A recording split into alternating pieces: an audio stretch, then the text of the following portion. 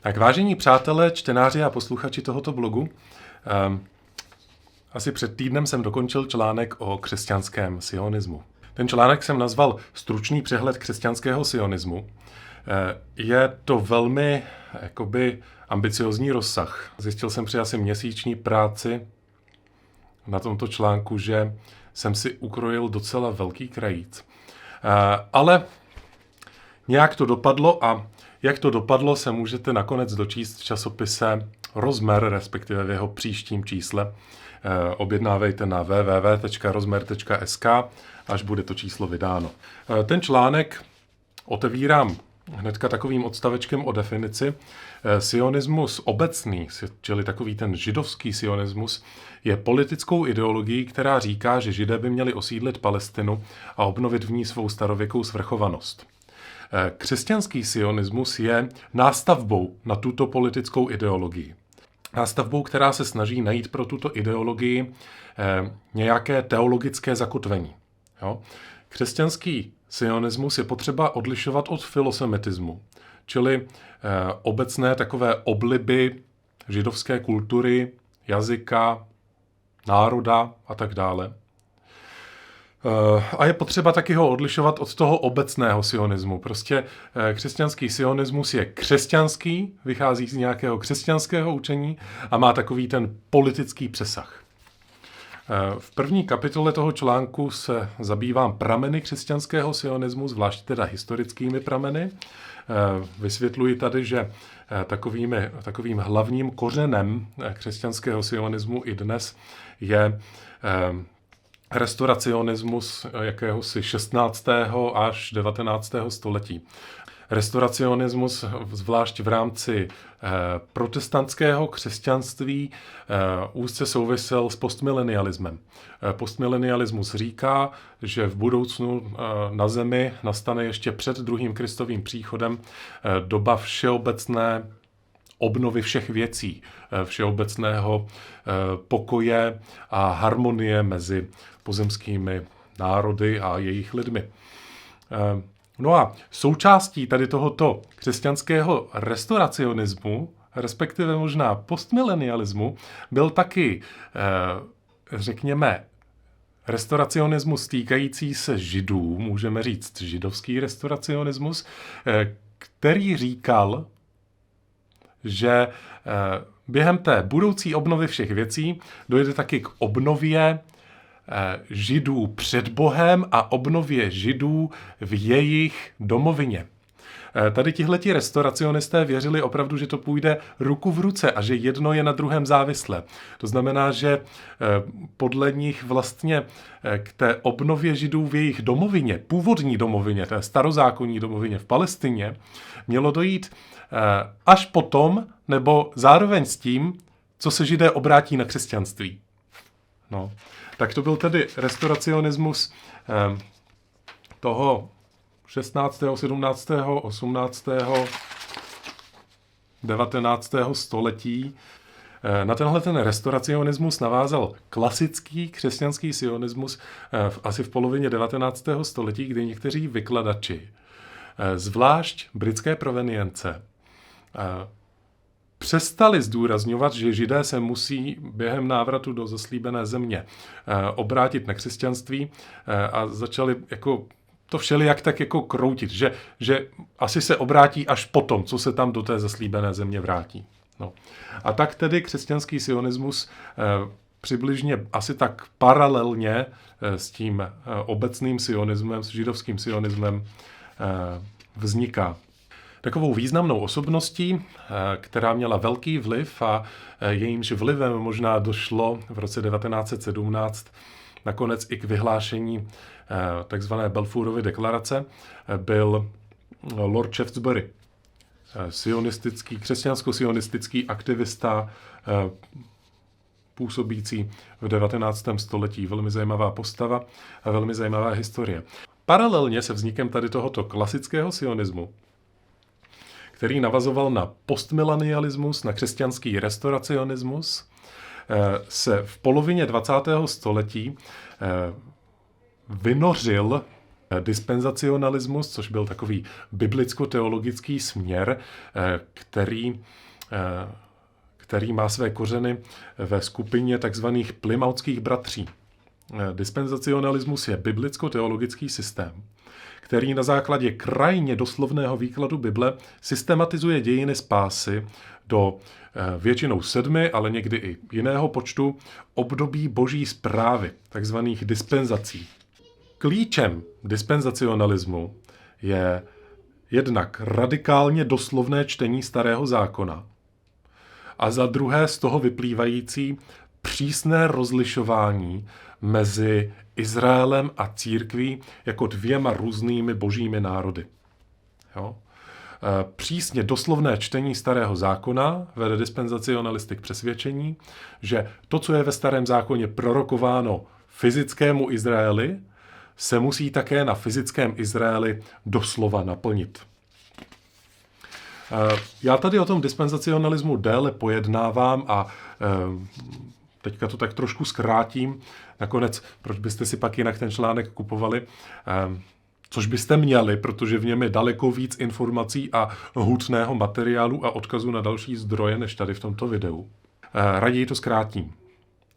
A jenom řeknu, že z toho dispenzacionalismu typicky raší takzvaný apokalyptický sionismus. Apokalyptický sionismus vlastně má kořeny tady v tom dispenzacionalismu 19. století, protože přece jenom ti dispenzacionalisté na fyzický Izrael začali aplikovat apokalyptická starozákonní proroctví, například Ezechiel 37 až 48, Daniel 9, 10, 11, 12, Zachariáš 13. 14. kapitola a tak dále a tak podobně. To jsou všechno velmi takové dramatické starozákonní texty, ve kterých se většinou děje něco apokalyptického. Nastává tam nějaký den Hospodinův nebo nějaká forma konce světa. Takže je tady apokalyptický sionismus, pramenící z dispenzacionalismu, který přísně rozlišuje mezi Izraelem a církví při čtení všech biblických textů, starozákonních i novozákonních, a který futuristicky a doslova vykládá apokalyptická proroctví, která byla původně určena fyzickému Izraeli v knihách Ezechiele, Daniele, Zachariáše. No. Tento apokalyptický sionismus zažil svůj nejdramatičtější nárůst během 20. století. A to se zdá se z několika docela jednoduchých důvodů. Jednak dispenzacionalismus a tenhle z něj vyplývající apokalyptický sionismus v podstatě opanoval, dá se říct, celý americký fundamentalismus. Takže všichni američtí fundamentalisté, takoví ti prostě církevní mrzouti s těmi prostě KJV biblemi a doslovným výkladem Bible, tak byli všechno dispenzacionalisti, kteří vyhlíželi jakési nadpřirozené, bezprostředně hrozící dění v Izraeli. Jo. Všichni fundamentalisté byli často dispenzacionalisté a tudíž i apokalyptičtí sionisté. No a to, co samozřejmě tomu apokalyptickému sionismu přineslo strašně moc vody na jeho mlýn, tak bylo to reálné dění na Blízkém východě, že? Nejdřív přistěhovalecké vlny do Izraele, potom holokaust, příšerná katastrofa pro židovský národ, potom založení státu Izrael, v roce 1948 válka za nezávislost, která podle některých byla až zázračná ve prospěch Izraele, kdy prostě Pán Bůh způsobil, zaručil, že Izrael vyhrál. Jo. A potom další války, zvlášť teda Jomkipurská válka, byly vnímány jako dění, které vysloveně jde najít v Bibli. Jo. Oni se šli přetrhnout ti apokalyptičtí sionisti v tom, jak vlastně spojit to, co se teďka děje v Izraeli, v židovském státě, s tím, co čteme v nějakých apokalyptických nebo eschatologických biblických textech.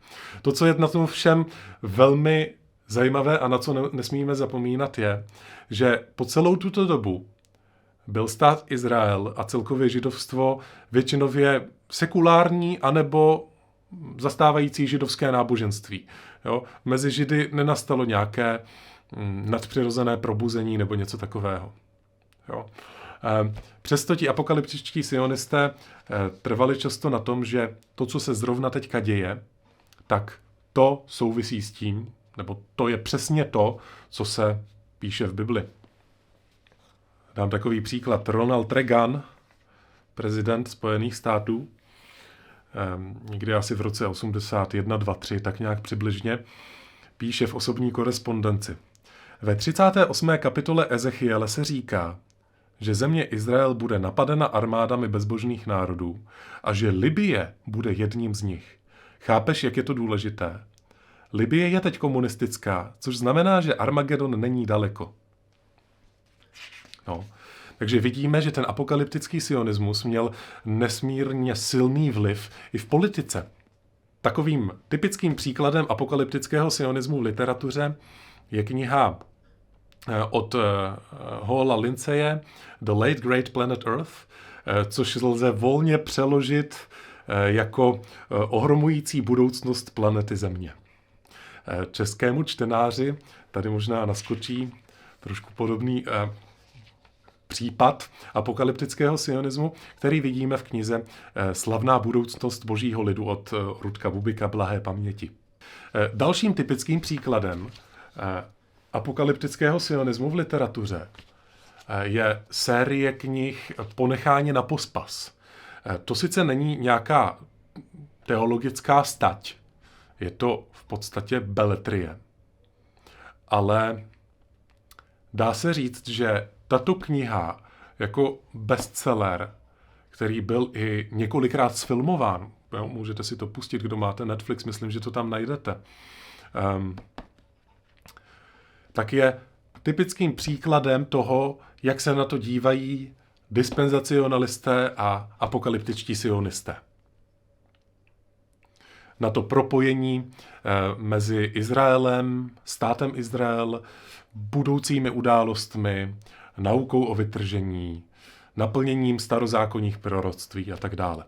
Dá se taky říct, že apokalyptický sionismus je možná zvlášť v Americe a možná obecně celosvětově takovým politicky nejvlivnějším druhem sionismu. Jo? Jeden autor uvádí v roce 2006, že v součtu ta apokalyptická sionistická lobby, jo, to znamená různé pořady na CBN, Pat Robertson, John Hagee, jo, ředitel té organizace CUFI, Christians United for Israel, dohromady mají asi 100 milionů posluchačů týdně, což už je velmi podstatná politická lobby. Oni toho taky využívají, jakmile se v Americe jedná třeba o nějakém zákoně, rezoluci, věci týkající se zahraniční politiky, tak tady tito lidé, například z toho CUFI, normálně využívají všech možných zákonných prostředků, jak vyvíjet tlak na politiky, na autority, aby vlastně prosadili to proizraelské a pokud možno protiarabské, protipalestinské řešení té dané otázky. Kritici tomu apokalyptickému sionismu vytýkají mnoho různých věcí. Já bych jim vytknul například ten doslovný výklad apokalyptických pasáží. Myslím, že to je výklad, který není úplně šťastný. Někdy ta vize jakoby budoucího naplnění některých těchto proroctví vysloveně vytváří teologické problémy. Například je velmi, velmi sporné, jako jak se dívat na učení o budoucí obnově židovského chrámu, včetně toho obětního systému bohoslužebného pořádku. Podle mě to představuje masivní teologický problém. Jo? Co bych já tady těmto vykladačům vytknul na úplně základní úrovni, je selektivita doslovnosti. Izrael v těch proroctvích Ezechiele, Daniele a Zachariáše vždycky musí být Izrael a ideálně stát Izrael. Jo? zároveň, když se tam třeba obrazně píše o nějakých mečích, jezdcích, koních a nějakých starověkých válečných nástrojích, tak to už doslovné není. To už vlastně, to je taková jako alegorie. Tam tu alegorii jako můžeme připustit. Ale pokud jde o Izrael, tak tam to musí být Izrael. A stejně tak, pokud se tam píše o nějakých mocnostech, například o Kůšicích, Půtejcích, Gógovi, Magógovi, což mohly být prostě tehdejší názvy nebo symbolické názvy nějakých starověkých národů, tak tady ne, tady to podle nich jako jde přenést a vlastně alegoricky vztáhnout na nějaké současné státy. Nebo mocnosti, nebo prostě síly, které dneska vidíme, že se o nich píše v novinových titulcích. Nedá se to zkousnout, pokud chce člověk ten starý zákon vykládat férově, poctivě, beze zbytku. Obecně kritici tady tohoto apokalyptického sionismu vlastně jdou často až tak daleko, že tyto apokalyptické sionisty obvinují z antisemitismu. V tom smyslu, že jim vlastně nejde o blaho židovského národa. Jim nejde o to, aby Židé měli kde v pokoji bydlet, aby teda ti Židé měli kam prchnout a podle přistěhovaleckého zákona se jako v pokoji zabydlet v Izraeli. Jim vůbec nejde o pokoj. Tam jde o to, že jakmile se podle těch apokalyptických sionistů do toho Izraele přestěhuje dostatečný počet lidí, tak to spustí nějaké další eschatologické jakoby události na těch prorockých hodinách. A začnou se dít věci, jako například Armagedon, při kterém, mimochodem, podle těch apokalyptických sionistů samotných, zemře většina samotných Židů. Jo? Takže oni potřebují mít Židy v Izraeli jenom proto, aby tam všichni Židi, skoro všichni Židi, během Armagedonu zahynuli. Jeden britský komentátor to glosuje slovy: fundamentalisté podporují izraelskou krádež západního břehu proto, že Izrael zde musí existovat až do druhého příchodu, kdy se Izraelci buď budou muset stát křesťany, nebo zahynout v bitvě u Armagedonu. Takže to by byl apokalyptický sionismus. Druhý druh sionismu, který u nás bude asi tak stejně známý, stejně široce zastoupený jako ten první druh sionismu, je takzvaný sionismus obnovy. Anglicky renewal zionism. Možná, že by bylo lepší ho překládat jako charismatický sionismus, protože vždycky, když se v angličtině používá to slovo renewal, tak to znamená vlastně, že to nějak souvisí s charismatickým hnutím. Takže charismatický sionismus. No a tento charismatický sionismus často, nebo vlastně většinou, dá se říct, nemá ve svém základu dispenzacionalismus. Myslím si, že dneska drtivá většina charismatických sionistů nejsou dispenzacionalisty. V podstatě mentalita toho charismatického sionismu, kdybych to měl hodně zjednodušit, tak se odvíjí od mentality letničního a charismatického hnutí. Vlastně pro letniční a charismatiky platí, že Pán Bůh může jednat dnes. Že tak, jako jednal ve Starém zákoně a v Novém zákoně, tak stejně může jednat dnes. Že stejný duch dává stejné dary v 1. století, stejně jako v 21. století. No a na tomto je vlastně možná tak trochu postavený i ten světonázor charismatických sionistů. Že vlastně, když vznikl stát Izrael, tak tady tito lidé v tom viděli boží dopuštění, nehledě na nějaké dispenzace, na nějaký výklad starozákonních proroctví. Prostě tady se dělo něco mimořádného s národem, který podle nich pořád byl nějakým způsobem vyvolený, nebo aspoň latentně vyvolený, nebo něco takového. A teďka jako před našima očima se to děje. Takže ten charismatický sionismus dá se říct, že je na svém vzestupu nejvíc od 80. let, tak nějak paralelně ruku v ruce s nástupem třetí charismatické vlny.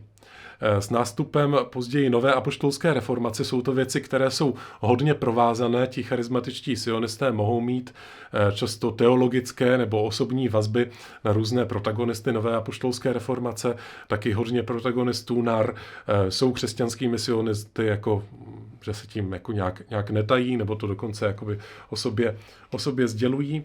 A opravdu od těch 80. let 20. století jako vidíme u toho charismatického sionismu nárůst. Takovou typickou organizací charismatického sionismu je ICEI, International Christian Embassy in Jerusalem, Mezinárodní křesťanská ambasáda v Jeruzalémě. Rozhodně bych tady podotkl v poznámce pod čarou, že vlastně ne všichni spolupracovníci a členové ICEI musí být vysloveně charismatiky, ale to teologické jádro ICEI, tam si myslím, že ten charismatismus jako silně cítíme i třeba v jejich článcích, textech, vyznáních víry a tak dále. ICEI vznikla vlastně v roce 1980. Opravdu cítíme asi tak ruku v ruce s nástupem třetí charismatické vlny. A vznikla v reakci na jeruzalémský zákon, který prohlašoval celý Jeruzalém za hlavní město Izraele, aby dala najevo, že s přisouzením Jeruzaléma státu Izrael souhlasí. Takovou nesmírně podnětnou teologickou studií o teologii ICEI napsal jako svou dizertaci Matthew Westbrook. On v té dizertaci vlastně dokazuje, že teologie toho charismatického sionismu, čili ICEI, klade obnovu národního Izraele v Palestině do souvislosti s obnovenými duchovními dary a obnovou apoštolské služebnosti. On dokazuje, že základem teologie sionismu obnovy je koncept pozdního deště, s ním se setkáváme i v letniční a charismatické teologii. A dokonce historicky dokazuje, že vynálezci jako objevitelé toho učení o pozdním dešti, že prostě v budoucnu nebo v bezprostřední budoucnosti nastane takzvaný pozdní déšť, kdy dojde k mimořádnému vylití ducha za účelem celosvětové evangelizace a tak dále. Takže vynálezci tady tohoto učení byli právě ti raní křesťanští sionisté a židovští restauracionisté v 19. století. Jo? Takže, abych to tak shrnul, učení o obnově a pokračující platnosti duchovních darů na jedné straně, učení o pozdním dešti a učení o obnově Židů v jejich starozákonní domovině jsou tři věci, které v té teologii ICEI jdou ruku v ruce. Tak přátelé, začíná mi tady ve sklepě být trošku zima, i když jsem se přioděl, přece jenom ve sklepě se netopí. A myslím si, že jsem vás navnadil už dost. To, co jsem vám jenom nástinem převyprávěl, je možná necelá jedna polovina toho mého článku, ve kterém se dále zabývám jakýmsi takovým teologickým rozborem a polemikou s učením, podle kterého se dnešní pokračující nárok dnešních Židů na zaslíbenou zemi opírá o abrahamovské zaslíbení.